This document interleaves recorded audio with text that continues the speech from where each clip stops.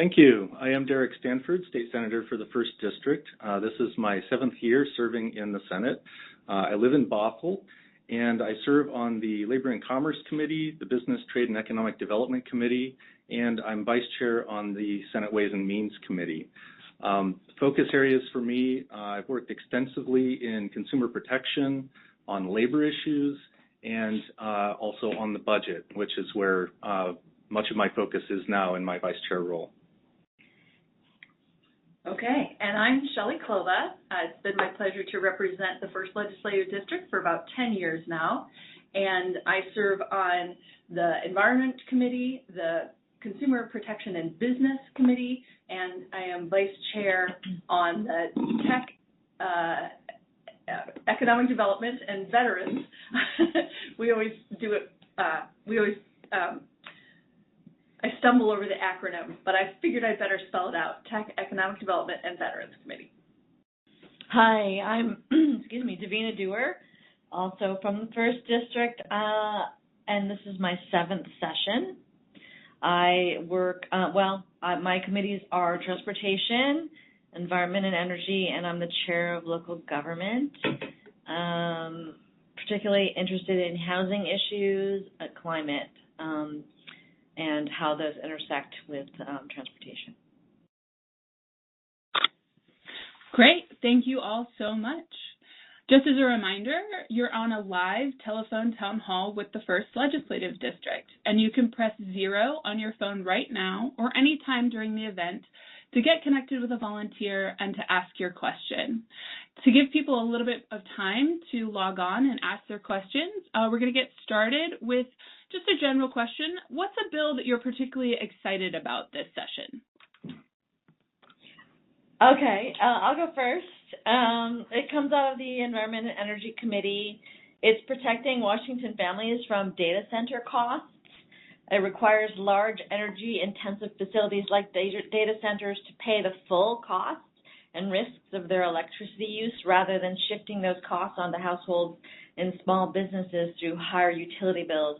They were given sort of a tax break a few years ago, and now with AI coming on, and we know that with the advent of electric cars and electrification, energy is more scarce, and so this prevents the data centers from coming in, using a lot of our energy, and then putting the price back on the ratepayers. So that's one that I'm particularly interested in. And this is Shelley, and I'm interested in a bill that is moving right along. It's putting some regulations on AI chatbots.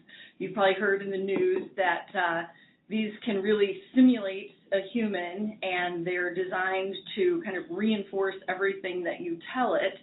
And unfortunately, that some of those characteristics of the chatbots have made it so that folks have kind of gone into a deep spiral. It reinforces depression, anxiety, and folks have, asked things like, what's the best way to kill myself?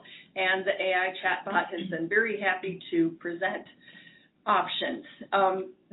We're seeing people harmed, and sometimes it's really disturbing, life-ending harm. Sometimes it's other kinds of harm, and we need to rein these in a little bit.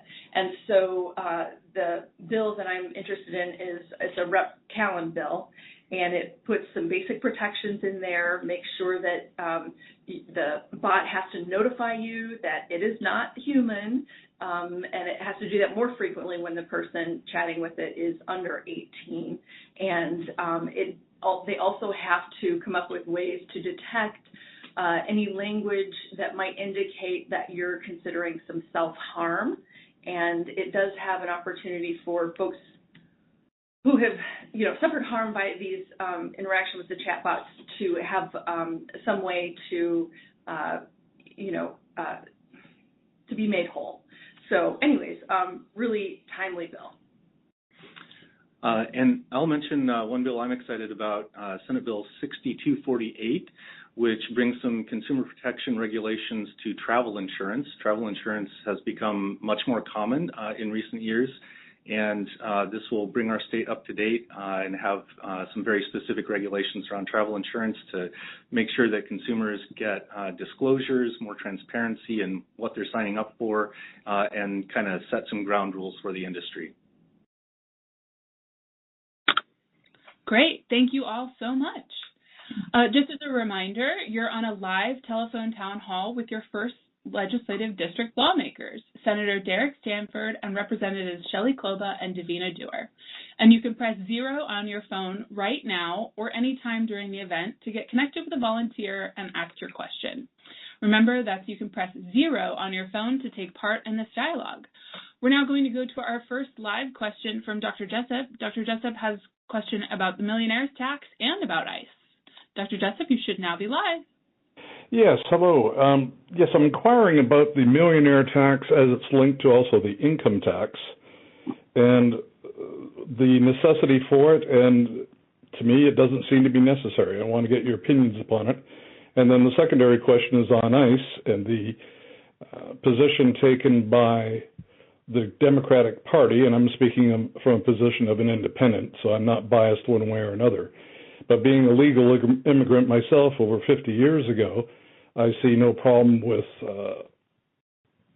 deporting people that do not legally belong here and that are part of encompassing financial costs on the society to support them, whereas when I immigrated with my parents, the requirement was there be no social support by the government. We had to be totally self-sustained, have a job, have a place to live, paid for by ourselves. So I don't understand why there's this conflict, but that's more secondary. Right now it's the taxes, the income tax, the millionaire tax, and why isn't the state budget balanced?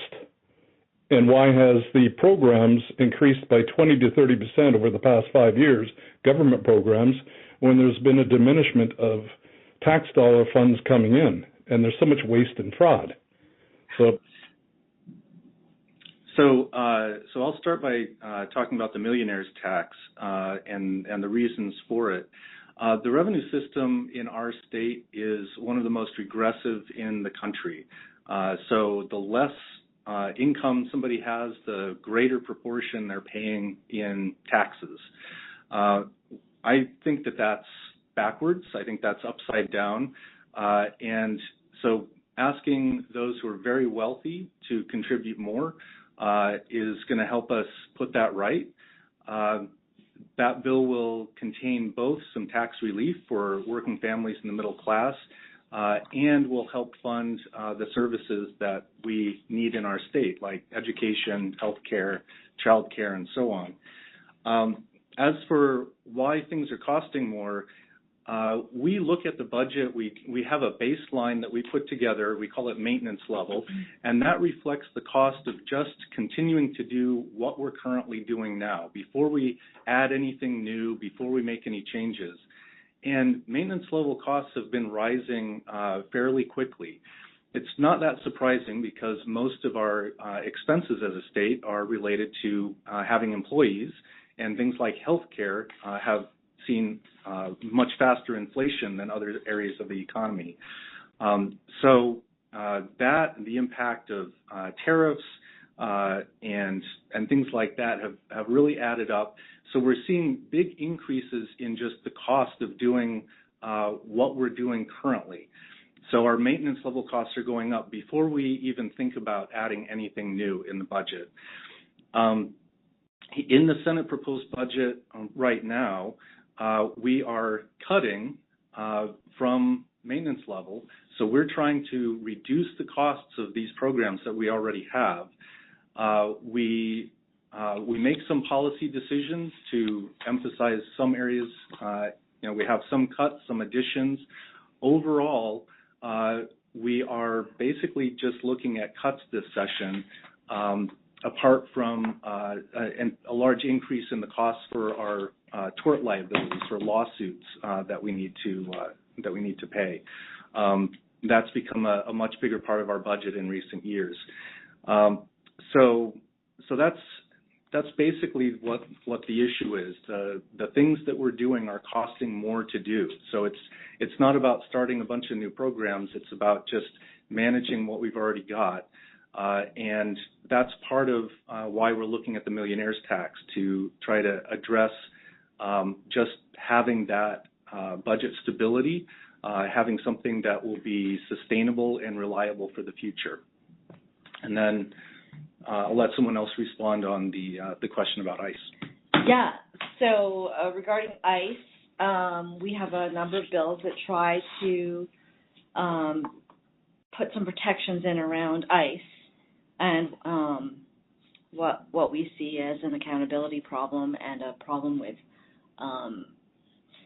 the masks in particular. So we have one bill, HB 2165, which makes impersonating a peace officer a misdemeanor, because ICE right now is not, they don't have identification, they don't wear badges. It's very, very easy for anyone to impersonate an ICE officer. You just throw on a mask and look sort of militant.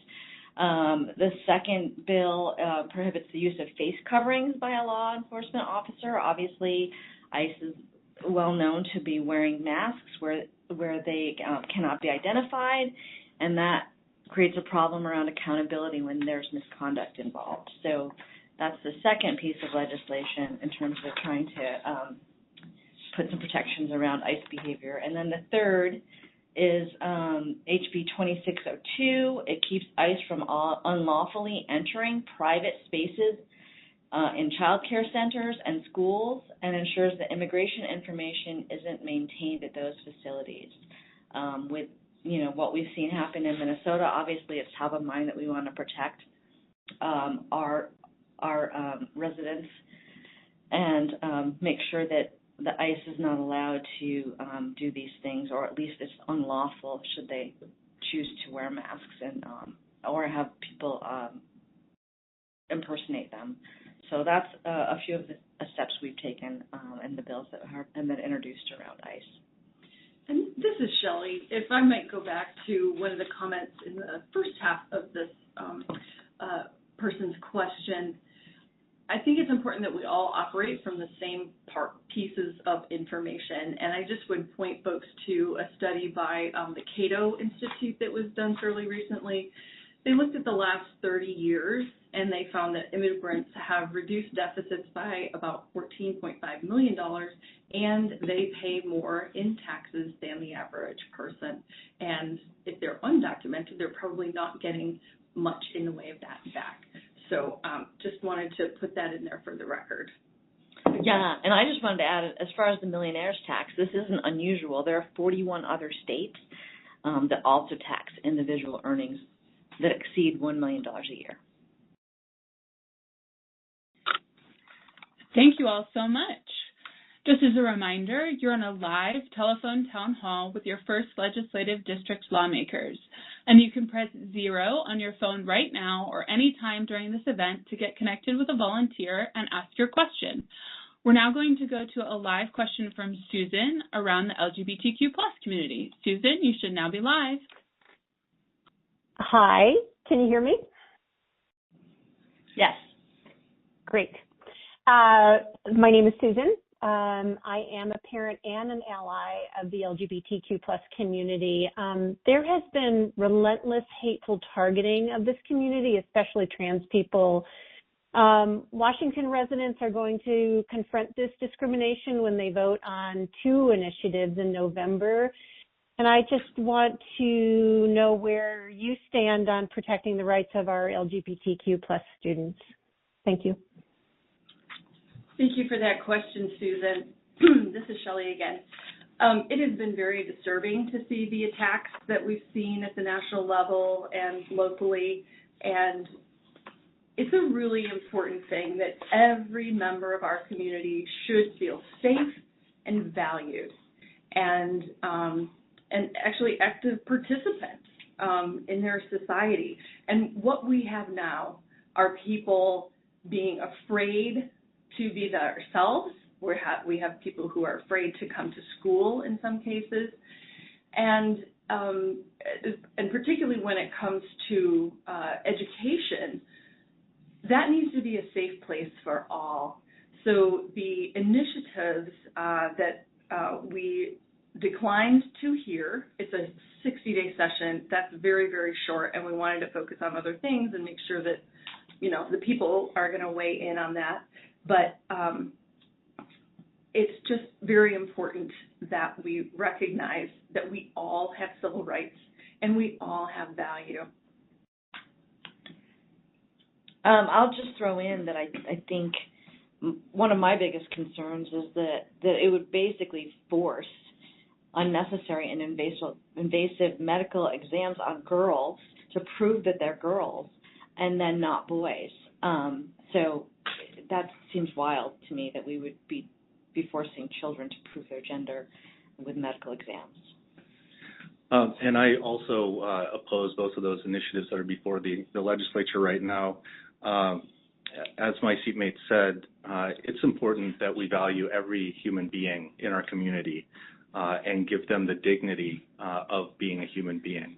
And the attacks that we're seeing on the LGBTQ community are truly disturbing and heartbreaking, especially these national attacks specifically on trans people, trying to scapegoat them as some kind of minority to be opposed.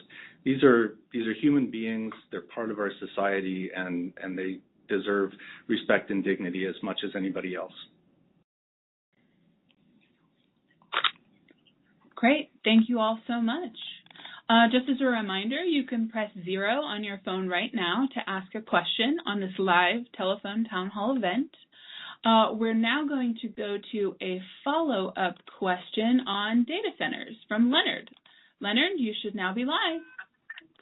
Hi, thank you. I was curious. I work in the tech community, and I heard you talking about data centers and how you want to keep the cost down to the general public, and was just kind of curious how you're going to go about doing this, because I know City of Seattle has a clean buildings proposition that's out there right now, and they're forcing the owners of those buildings to enhance their energy solutions. But I'm also curious if you're looking at the public utilities, because there are solutions out there that they could be pushing to help reduce that as well.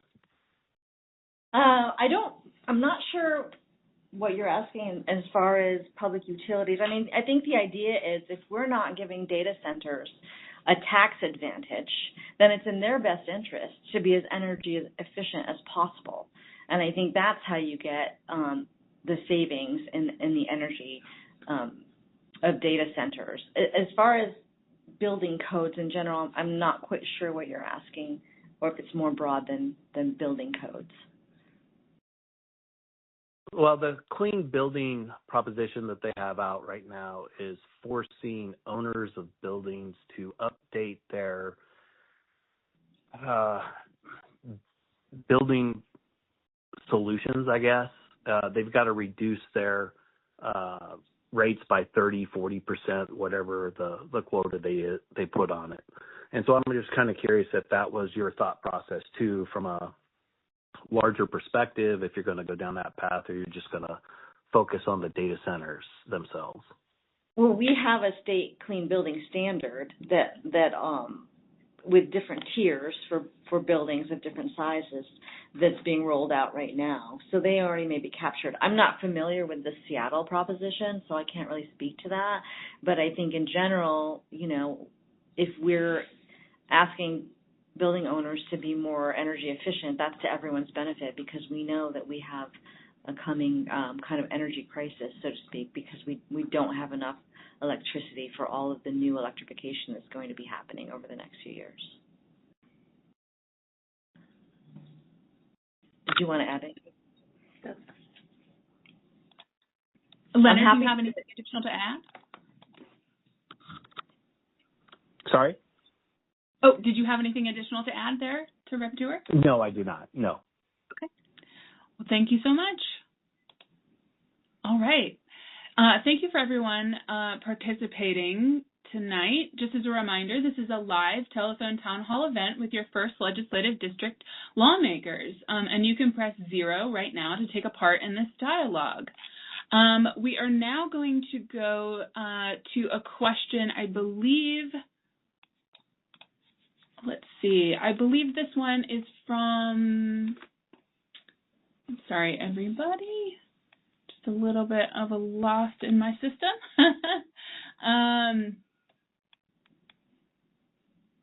Let's see.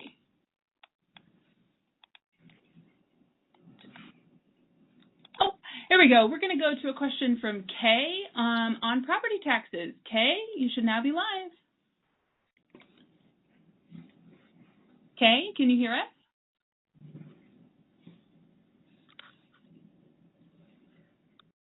Kay? Okay, well, I have Kay's question. Kay asks, why has my property tax increased by more than $2,000 in the last year?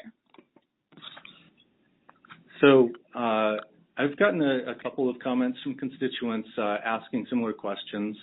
And usually what that means is that something in your property has gone up in value. I've talked to a couple constituents, and after they looked at the details on their property tax bill, they found, for example, that their assessed value of their land had, in one case, had almost doubled in 1 year, which seemed surprising. If something like that is happening, you can appeal the valuations. That's something that's done at the county level with the county assessor.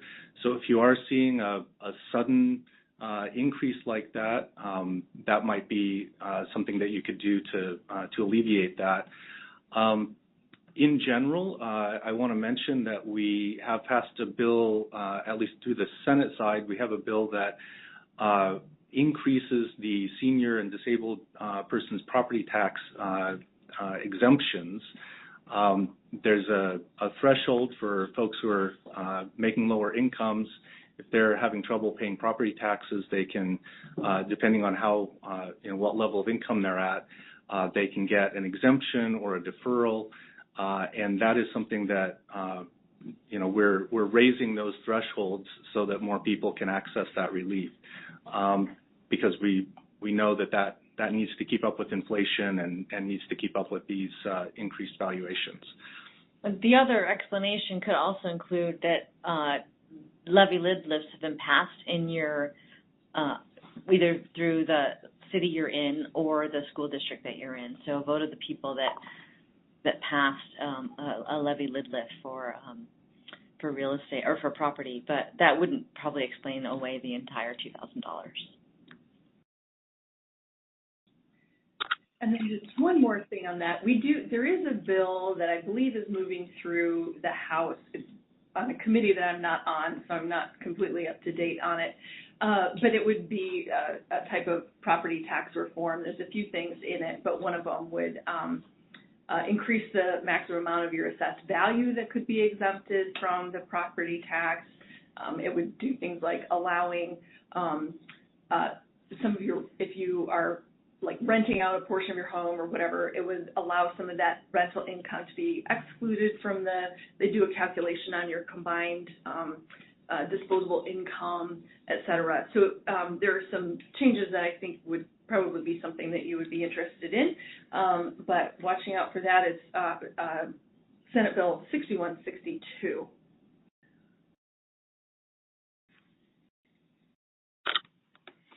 Great. Thank you all so much.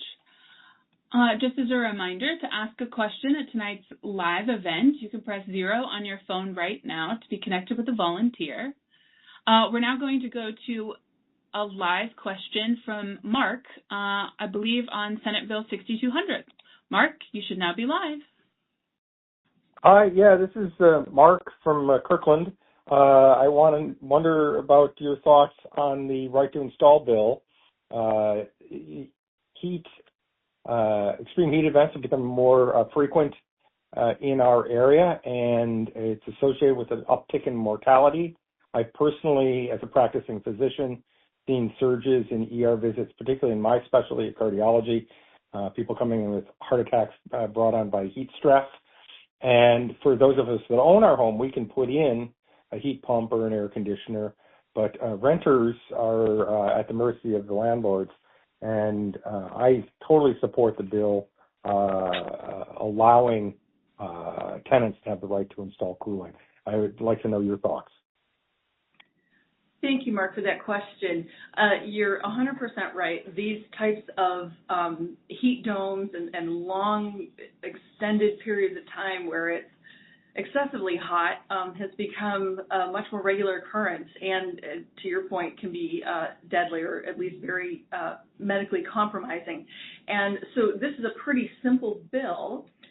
We have a pretty simple bill on it, and it would just restrict landlords from telling their tenants, you can't put in an air conditioning unit. And I think it's going to be both in the Landlord Tenant Act and also in the Manufactured and Mobile Home Landlord Tenant Act. So folks who are renting would be able to install these types of devices to help with their comfort and to keep them, in some cases alive. So thanks for that question.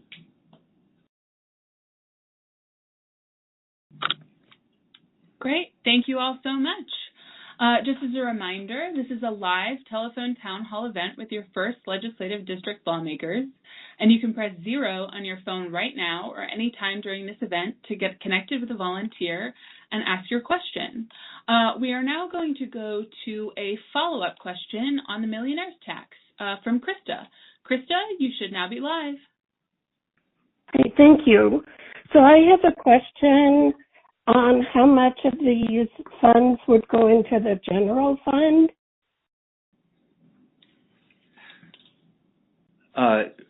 That's on the millionaire's tax?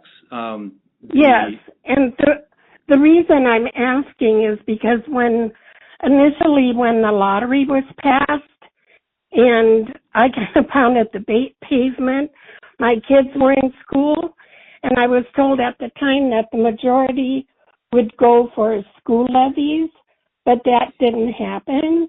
And then you also have the extra funds from the cannabis law that passed, and you're getting a lot of money from there. And then you did away with all the alcoholic stores, and that went into the grocery stores, but the taxes still remained the same. So my question is, now you're asking for more, but none of the others things that have passed seem to have helped, because it seems the majority goes into the general fund, which then becomes more of a slush fund. Okay, so I can I think do a little bit of myth busting here. So the lottery generates about $200 million a year in net revenue after it pays for administration and pays for the prizes. So that's about $200 million a year that goes to the state. Of that, about $180 million goes directly to education, and then the rest mostly goes into the general fund. So basically, yes, the lottery money is going to education almost entirely, and at $200 million a year, I think you can see that it's not a huge part of our education funding. We spend about $17 billion a year on education funding for K-12 alone. So yes, the lottery is funding education, but that's not going to solve everything. As far as the millionaire's tax, that there's still negotiation going on about how much of it might go toward specific tax relief. And apart from that, in the current proposal, it basically all goes to the general fund. Now, the general fund, 90% of the general fund pays for education, that's K-12, higher ed, early learning, as well as child care, health care, and other human services, essentially the social safety net. So that's why I think it makes sense for that funding to go into the general fund. Those are the things that I think we need the most right now, education and social safety net. And on the marijuana tax, that generates about $500 million a year. It was in the original initiative, most of that, the majority of that was supposed to go to health care, and that is still where the majority of that money goes. And actually, this is Shelley. I have a little bit more detail on that. roughly half of that revenue goes to the basic health account. That's Apple Health for Children, for instance. And the Washington State Healthcare Authority gets $45 million of that. The Department of Health gets $12 million for that. And local governments get $20 million. So it really is all spoken for, and it does not seem to be rising in the way that it did at the beginning. We were seeing kind of year-over-year increases. But I also wanted to just point out resources for you. If you're interested in more detail on that, you could look, I think if you just put into your Google search or whatever search, LCB and annual report. And then the same thing for Washington Lottery annual report. You'll see a pretty good breakdown on where the revenues are coming from and what the expenditures are. So you can have some transparency into that if you want to dig deeper. Great. Thank you all so much for your responses. Just as a reminder, you can ask your question live this evening by pressing 0 on your phone right now. We're now going to go to a live question from Chastity on Senate Bill 6182. Chastity, you should now be live. Hi, this is Chastity, and I am a constituent. I live currently in Kirkland, Washington. Sorry about the noise. I'm taking a walk. And I just wanted to say kudos, first of all, for it, because I'm pro-Planned Parenthood and, abortion rights. As a younger, depending on that health care, when I was younger, I definitely need it. But this is specifically to Senate Bill the 6182, and it offers a chance to stand up to the Trump administration and campaign against abortion and continue Washington's proof of tradition of protecting abortion access, at every opportunity. My question is, are you willing to support sustainable revenue for abortion care and vote yes on this Senate Bill 6182 when you have the opportunity? Thank you. Thank you for the question, Chastity. Really appreciate your interest in this. I absolutely support sustainable funding for abortion access. I think it's basic health care, it's bodily autonomy, and in the wake of the overturning of Roe v. Wade, we've seen an uptick in, people coming to this state because they can't get access in their own states. I think that's just awful, and I would do anything to protect women so that they have access to this really important basic health care need, really. So yes, I would. I will. And this is Derek Stanford. I actually did vote for that bill as it came through the Ways and Means Committee, and look forward to voting for it on the Senate floor.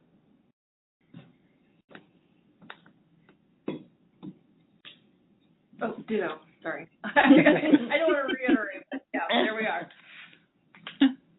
Thank you so much, all. Just as a reminder, you can press 0 on your phone now to ask a live question tonight. We are now going to go to a live question from Diane about AI. Diane, you should now be live. Hi, this is Diane, and I wanted to ask Shelley about how she's working with the Eagle on artificial intelligence and how it applies to us in our daily life, and especially healthcare and medical records, and what things are going to be there to protect us, or what can we do as constituents to help protect us in the AI world? Oh, that is a very rich question, and I could just talk the rest of the evening about it. I'm going to try to keep it tight because there's a lot in there. I talked at the top of the beginning of the meeting about the AI chatbot bill. We also passed a bill out of the House that requires some transparency, so that, if you're looking at an image, whether it's a moving image or a still image or an audio file, those are really easy to fake nowadays, and they're very authentic sounding. So this bill would require that there is, sort of a watermarking or digital tag on those so that someone looking at it can verify that it was actually AI generated or enhanced. So that helps us understand, truth. We had a bill that is moving, and it would require that, when you have like a phone-in service for your 24-hour nurse or whatever, it would require that those are staffed by humans and not any kind of an AI. So that's a good step ahead. I had a bill that failed to make it, but I will come back again with it, I think, and it would require that mental health is not allowed to be offered by an AI chatbot.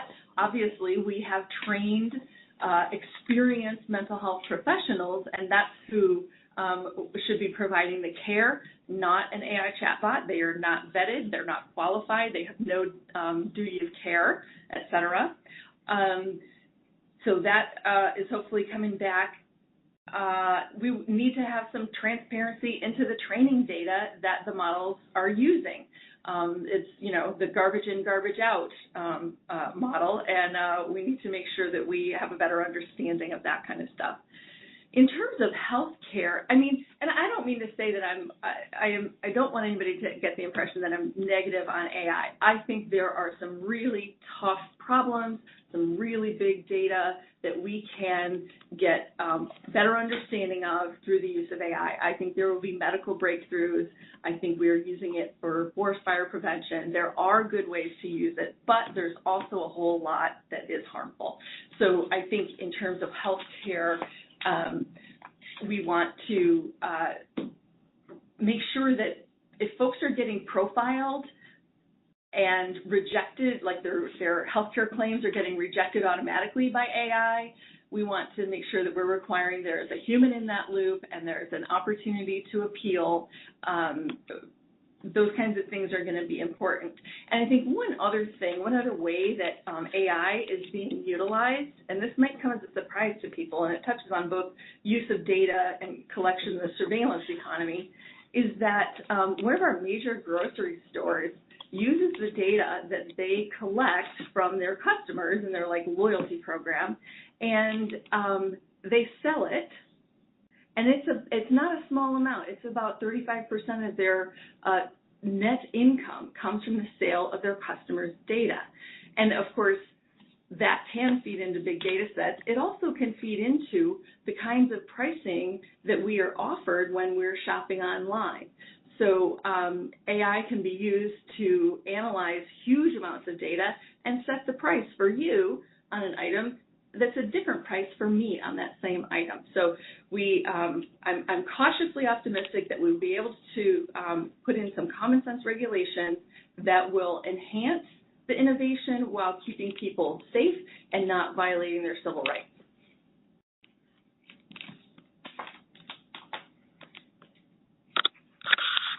Great. Thank you all so much. We are now going to go to a live question, or we were going to go to a live question from Daniel, but I believe he might have dropped off the call. I don't see him in my queue anymore. But his question was on, is there any solution to retain water with climate change?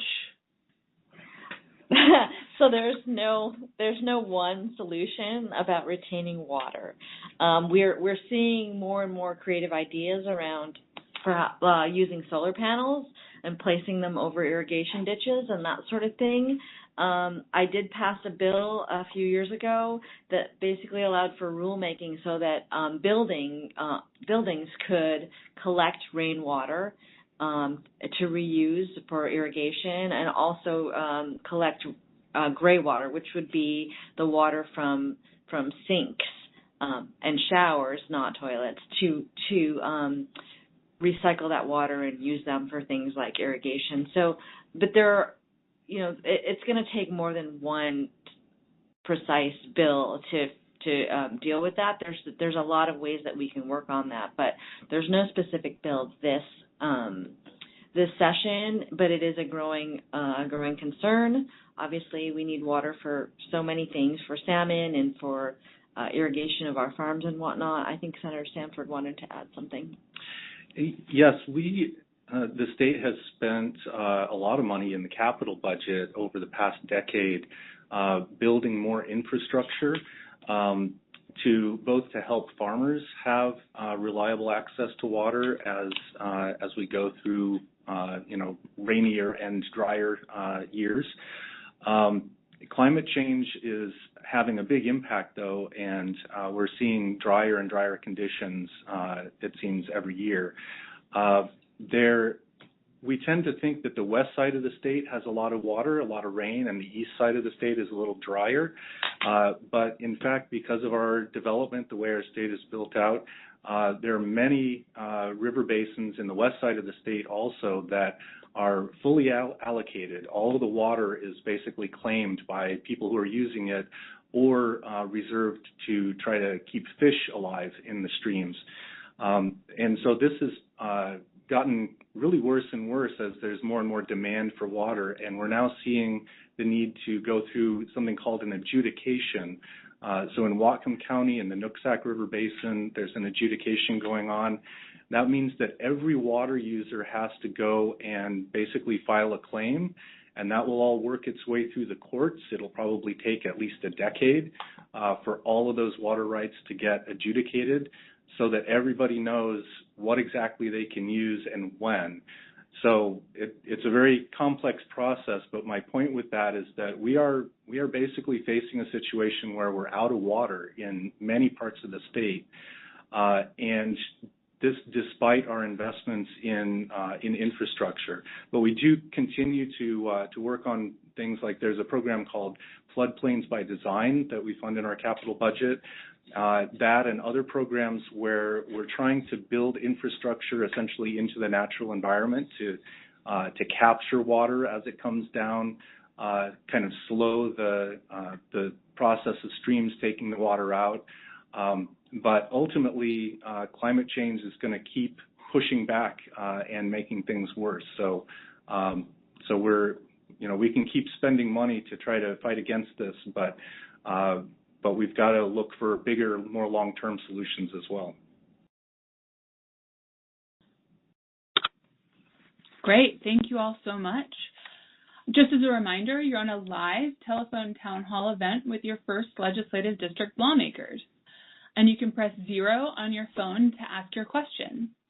We're now going to go to a live question from Sarah about proposed cuts in the budget. Sarah, you should now be live. Hi, Senator Stanford and Representatives Kloba and Doer. This is Sarah Betnell, who you know from the Shoreline School Board. Thank you for holding this conversation this evening. And I know that you all are outstanding advocates for public education and supporters for public education. And that's part of why I want to check in with you about the proposed reductions for local effort assistance and transition to kindergarten in particular for public education. Neither of those affect Shoreline School District in specific, but with the expansion of levy authority last year that really enabled Shoreline to be able to get some local support so that we could bridge our deficits.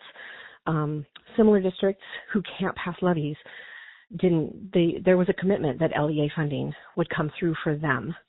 And it is deeply alarming that not only was that funding not coming through for them, but we're looking at a reduction for them. And same for transition to kindergarten. These are two of our most important educational justice funding measures that support low-income students and families in accessing education and having opportunities. So I was just wondering if you could talk about the thought around these being two of the largest reductions.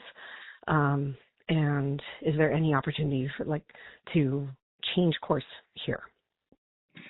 So there is opportunity to change course. The Senate proposed budget is out there. We will be negotiating with the House, and so we are continuing to take input and try to figure out how to make the budget better as we move forward and come to a final compromise. In funding for public schools, I mentioned earlier about increased costs at maintenance level in our budget. So just as an example, with special education, the cost has gone up $165 million for the supplemental budget. That's just increased cost that the state will pay. We aren't doing a bill specifically for that. It's just something that that's an increase that schools will get because those costs have gone up. And similarly even for just general apportionment, because of course, population grows, inflation goes up and so on. But that's another $200 million. So, looking at those increases in costs, as a budget team, we just have to find some way to make the budget balance. And so that's why we ended up having to book some of those cuts. I mean, I know that Transition to Kindergarten is an effective and popular program. Our thought on that was basically have the state pay for students who are eligible for free and reduced price lunch, and use that as a way to mitigate the cuts a bit. And then because local school districts are able to charge tuition for those programs if they choose to, so the thinking is that the state could pay for families that wouldn't be able to afford paying tuition for those programs. And since that's outside of basic education definition, then that is an area that could be cut. Now, that being said, we have received a lot of feedback on that and on the levy equalization. And like I said, we're hearing that, and we'll certainly be working with the House to see if we can find a way to mitigate that a bit.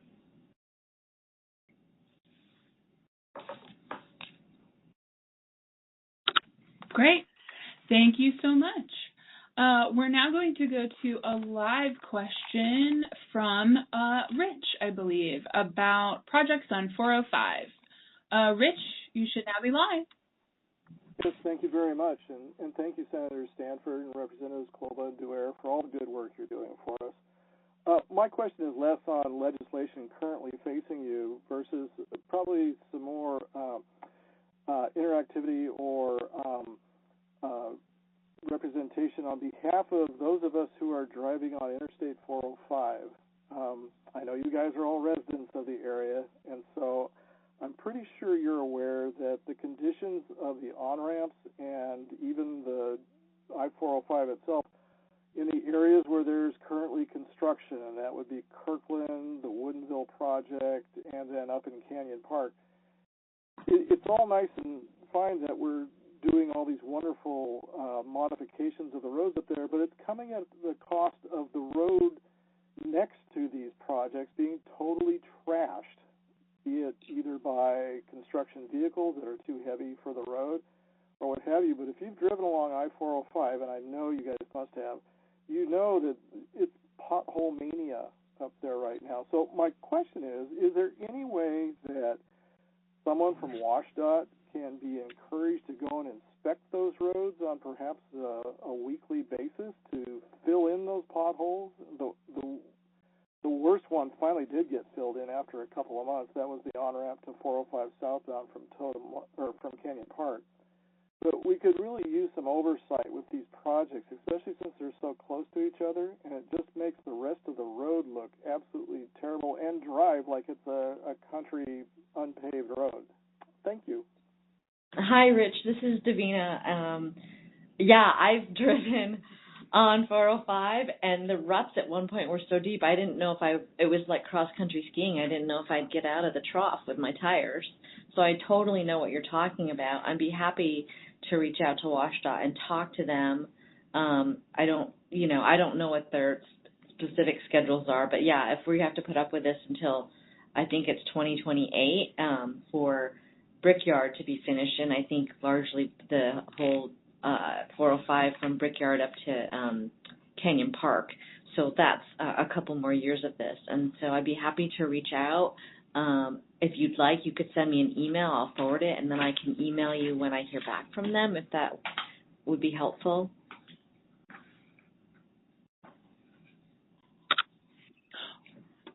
Oh, Rep Duerr, I believe we already put him out of the queue, but I can try to get him back up again if you wanted to ask that question. Well, I just thought contact information should also be included to follow up. if he wanted me to circle back, I thought it would be helpful to have his email. And it might be a good opportunity just to remind folks that you can email us at any time. Yeah. The pattern is basically our first name dot last name at leg.wa.gov, leg.wa.gov. And any of the legislators can be reached in that fashion. And it's really helpful when we get emails because it's easier than trying to relay telephone conversations or whatnot, because then we can forward an email and say this is in reference to, and then we've got your email so we can get back to you when we get answers. Great. Thank you all so much for sharing that information. So we're now going to go to a live question from Anne. Okay, it looks like maybe she has dropped off as well. I do have this question written down, though. Homelessness continues to be a problem. What are you doing to get more housing built?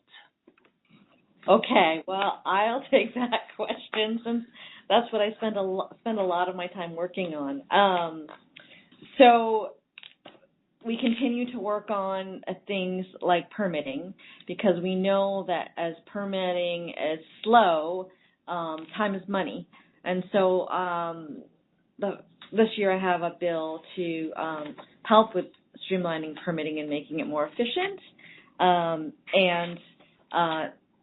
that's currently in House or Senate Local Gov, but I won't get into the details, but it basically requires a simple point of contact and puts timelines on not just cities and counties, but the other governmental entities that approve permits. We have a great bill that's moving its way through right now. It's called Step Housing, but it also streamlines permitting and processes and provides consistent treatment across jurisdictions to encourage permanent supportive housing, transitional housing, indoor emergency housing, and indoor emergency shelters. So this is sort of a trailer bill to 1220, which requires cities and counties to provide for all levels of housing.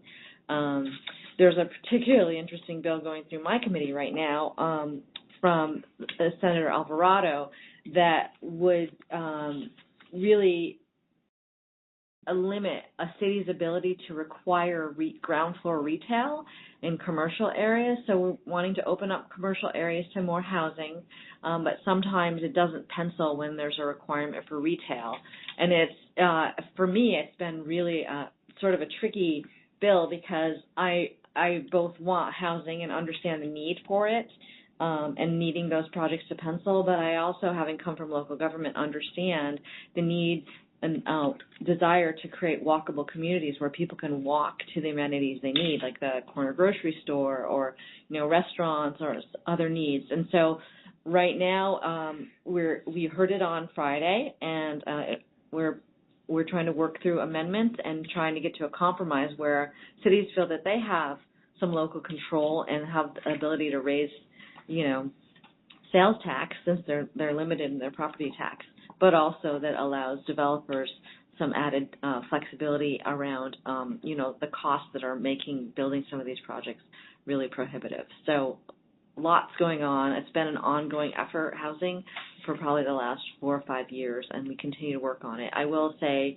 I know that in Bothell they've gone kind of above and beyond and done a lot of things we passed in the state in advance of their timelines, and they're seeing an almost doubling of pre-applications for housing. So we think we're on the right track. It never happens as fast as we want it to, but we continue to chip away at making it more affordable to build housing. And also I'll add the capital budget has significant funding for the Housing Trust Fund. We're setting a new record again in dollars invested in affordable housing. And I just want everyone to know how lucky we are to have Senator Stanford on Ways and Means in the Senate, because he can answer all of your budget questions.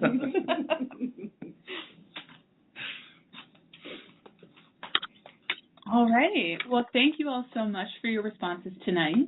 That's actually all the time we have for questions this evening.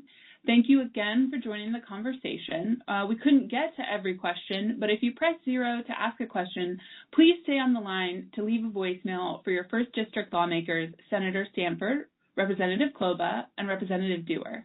I'm now going to turn it back over to them for some closing remarks. Senator Stanford, would you like to begin? Sure. I just want to say thank you to everyone who called in and everyone who is listening. And again, just to emphasize, we really appreciate hearing from our constituents, especially on the budget. We have a lot of difficult decisions in front of us, and we don't take that lightly. And it really does make a difference when we hear from our constituents about what the priorities are, about specific programs or projects that are important. So please do send emails or call in. Very happy to get that input and use that as we help make decisions, especially on the budget.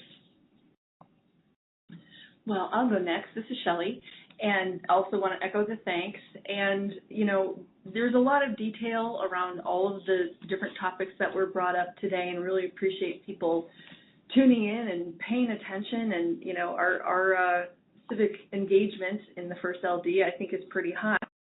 Pretty proud of that. Just know that we do hear your stories. We take them to heart.